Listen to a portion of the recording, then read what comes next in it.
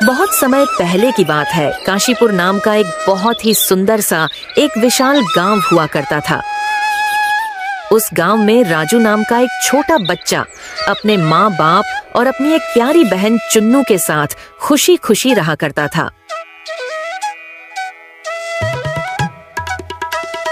भाग्यवान, आज मुझे काम पर जाने के लिए देरी हो रही है। तुम ऐसा करो, आज दोपहर का खाना जमींदार जी के घर भिजवा देना। ठीक है जी, मैं दोपहर का खाना आपके पास भिजवा दूंगी।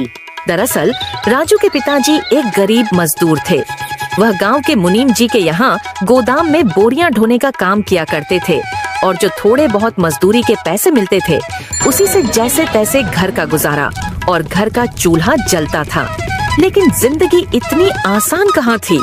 अगर अचानक कोई और खर्चा आ जाता तो ऐसा लगता जैसे आसमान फटकर सीधे सर पर गिर पड़ा हो। गांव में अब हर साल की तरह इस साल भी बारिश शुरू हो गई थी। राजू बिना छतरी के दौड़ते हुए जैसे तैसे अपने स्कूल पहुंचा तो लेट हो गया। उसे देखते ही मास्टर जी ने उससे कहा, राजू वहीं रुक जाओ। कितनी बार कहा है तुमसे, बरसात में भीगते हुए मत आया करो, छतरी लाया करो। मास्टर जी वो टीचर जी, छतरी होगी तो लाएगा ना। हर साल कहता है अगले साल छतरी लेकर आऊंगा और लाता ही नहीं है, कंजूस कहीं का। राजू, तुम छतरी लेकर क्यों नहीं आते हो? मास्टर जी, मेरे पास छतरी नहीं है। तो पिताजी से कहो बाजार से खरीद लाए। यह देख मेरे बापू ने यह छतरी लेकर दी है। देखो राजू, मैं तुम्हें इस तरह भींगा हुआ क्लास में बैठने नहीं दे सकता। पूरी क्लास गंदी हो जाती है। तुम घर जाओ, कल आना, या वहीं खड़े होकर सुनो मैं क्या पढ़ा रहा हूँ। और राजू पूरे दिन उसी दरवाजे के पास तो कभी खिड़की के पास खड़ा मास्टर जी को देखता और सुनता रहा कि वह क्या पढ़ा रहे हैं। दूसरे दिन उसने सोचा बारिश होने से पहले ही वह स्कूल चला जाएगा, मगर जैसे ही वह निकलने लगा अचानक जोरों की बारिश शुरू हो गई।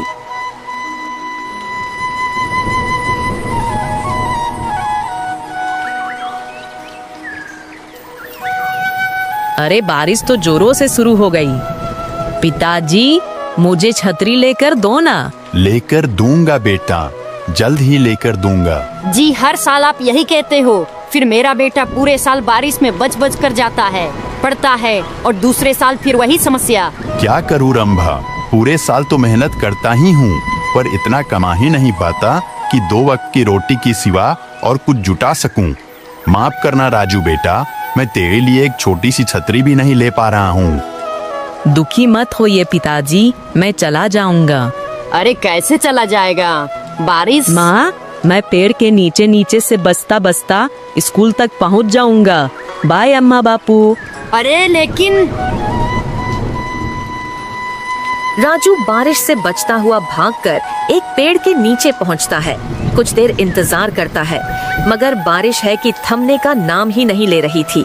राजू आसमान की ओर देखता है तो उसे चारों तरफ काले काले घने बादल दिखाई देते हैं।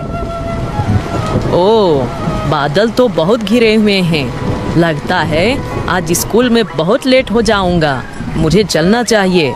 अगर कुछ देर और ऐसे ही बारिश होती रही तो मैं कमर तक भीग जाऊंगा। फिर मेरा स्कूल ड्रेस भीग गया तो मास्टर जी वैसे भी मुझे क्लास में नहीं आने देंगे। क्या करूं? राजू को पेड़ पर चढ़े हुए काफी वक्त हो गया है। उसे जोरों की भूख लगती है। वह अपना पेट पकड़ता है। वह सोचता है पता नहीं कब बारिश बंद हो, क्यों ना तब तक स्कूल का टिफिन खा लूं। और वह अपने स्कूल बैग से अपना टिफिन निकालता है। उसमें रोटी और बुक्का किया हुआ प्याज है। तभी उसे पानी में नीचे छप छप की आवाज आती है। वह देखता है तो एक साधु बाबा चलते हुए उसी पेड़ के नीचे आकर रुक जाते हैं। राजू उसे देखता है, फिर अपने भूख का एहसास करके रोटी प्याज के साथ खाने लगता है। साधु उसे खाता हुआ देखता है। राजू दूसरा निवाला खाता है तो देखता है साधु उसे खाता हुआ देख रहा है। वह तीसरा वाला खाता है, तब भी साधु से देख रहा है।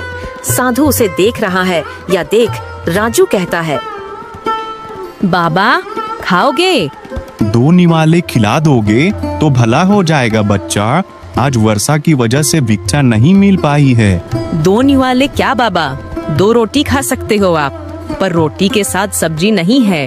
सिर्फ मुक्का मारा हुआ प्याज है। जब भूख लगी हो तो हर खाना पंच पकवान लगता है बच्चे। लीजिए, खाइए बाबा। किंतु तुम इस वृक्ष पर क्यों बैठे हो बच्चे? स्कूल जा रहा था बाबा, बारिश तेज हो रही है ना, इस कारण पेड़ के घने पत्तों में बचने के लिए यहाँ बैठ गया। बच्चे, छाता नहीं है क्या तुम्हारे पास? नहीं बाबा, बापू से कहा था लेकर दे दो, वो थोड़ा लेकर दे देंगे। ये लो बच्चा, मेरे पास एक छाता है, इसे तुम रख लो। कमाल है बाबा, छाता होते हुए भी आप बारिश में भीगते हुए आए। हम साधुओं को छाते की क्या जरूरत? हम साधुओं को छाते का क्या काम? ठंडी, गर्मी, बारिश, कुछ भी हो बेटा, हम तो कुदरत के हर रूप का आनंद लेते हैं।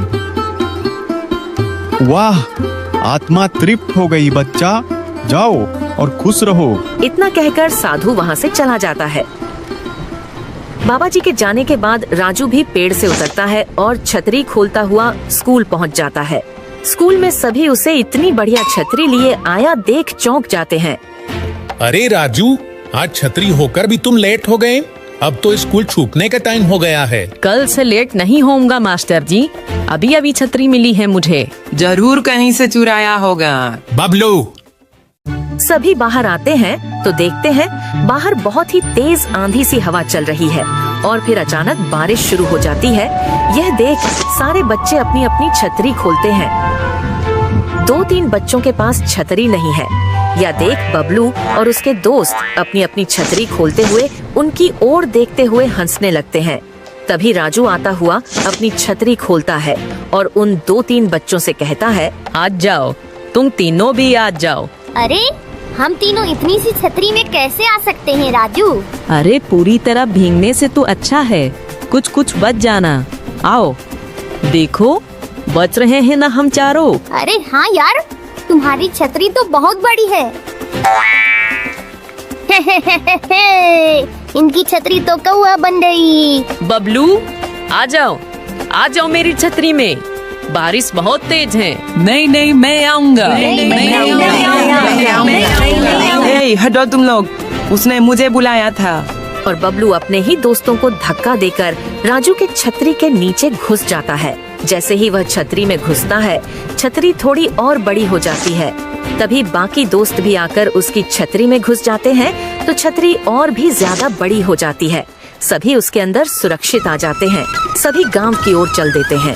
रास्ते में एक एक करके कई लोग मिलते हैं। वह सभी राजू के छतरी में घुस जाते हैं। धीरे धीरे छतरी इतनी बड़ी हो जाती है कि ऐसा लगता है राजू नहीं, कृष्ण भगवान है जो गोवर्धन पर्वत उठाए उसके साथ चले जा रहे हैं। सरपंच जी, आप यहाँ? हमें बुला लिया होता, कुछ काम? हमने सुना है तुम्हारे बेटे के पास इतनी बड़ी छतरी है कि पूरा गांव उसके नीचे बारिश से बचता हुआ आ गया। नहीं तो सरपंच जी, ये देखिए, ये तो बहुत छोटी सी छतरी है, एक बच्चे को बचाने के बराबर। ऐसा कैसे हो सकता है? हमने खुद अपनी आंखों से देखा था। देखा है ना छोटी ही छतरी, पर मैंने अपने आंखों से देखा था। सरपंच जी, हमें भी भीगने से बचा लो। अरे ये छतरी तो बड़ी होती जा रही है। देखा, मैंने कहा था ना। राजू बेटा, तुम्हें ये छतरी कहाँ से मिली? ये मुझे आज एक साधु बाबा ने दी थी। ओह, तभी ये जादुई छतरी है। इससे तो हम पूरे साल के लिए पानी इकट्ठा कर सकते हैं। कैसे सरपंच जी? इसके नीचे जितने भी इंसान आते हैं, ये उतनी ही बड़ी चली हो जाती है। हम अपने गांव और तालाब के बीच राजू को ये छतरी लेकर खड़ा कर देंगे। फिर उसके नीचे राजू के एक तरफ तालाब तक और दूसरी तरफ नहर तक गांव वालों को खड़े कर देंगे। उन्हें पानी से बचाने के लिए छतरी तालाब से नहर तक बड़ी हो जाएगी। फिर जो भी बारिश का पानी गिरेगा, तालाब और नदी में गिरेगा, पूरे साल भर की पानी की समस्या हल हो जाएगी। और सरपंच जी के कहने पर राजू ने वैसा ही किया और सचमुच बारिश का पानी छतरी से होता हुआ एक तरफ तालाब और दूसरी तरफ नहर में गिरता रहा। फिर तो यह सिलसिला रोज चलने लगा। जब भी बारिश होती नदी और तालाब ही नहीं भर जाते, बल्कि उन खेतों को भी ज्यादा बारिश से बचा लिया जाता जिनका अधिक बारिश की वजह से नुकसान हो सकता था। इसी बीच गांव के सरपंच जी गांव के एक छोर में गांव वालों के मदद से बहुत सारे पानी की टंकी बनवा देते हैं, ताकि गांव के तालाब के पानी को साफ करके उसमें जमा करके रखा जा सके और उसका एक कनेक्शन तालाब में और एक तरफ गांव के बीचों बीच में एक नल के द्वारा करवा देते हैं। कई महीने इसी तरह गुजर जाते हैं और अब गांव में गर्मियों का मौसम आ जाता है और धीरे धीरे करके पानी का जल स्तर नीचे जाने लगता है। कुएं, नदी, तालाब सूखने लग जाते हैं।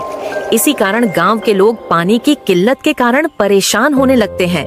तभी सारे गांव वाले एकजुट होकर गांव के सरपंच जी के पास जाते हैं। सरपंच जी, मैं रामचंद्र, जैसा कि आप जानते हैं गर्मी का मौसम अपने गांव में पूरे चरम पर है। इस कारण हमारे गांव के कुएं, तालाब और नदी भी सूख गई है। इस कारण हमें पानी की बहुत समस्या हो रही है। आपसे एक विनम्र विनती है सरपंच जी। बोलो रामचंद्र, क्या बात है? मैं तुम्हारी क्या सहायता कर सकता हूँ? सरपंच जी, मैं कह रहा था आपने जो गांव में टंकी बनवाई है उसे अब इस्तेमाल करने का वक्त आ गया है।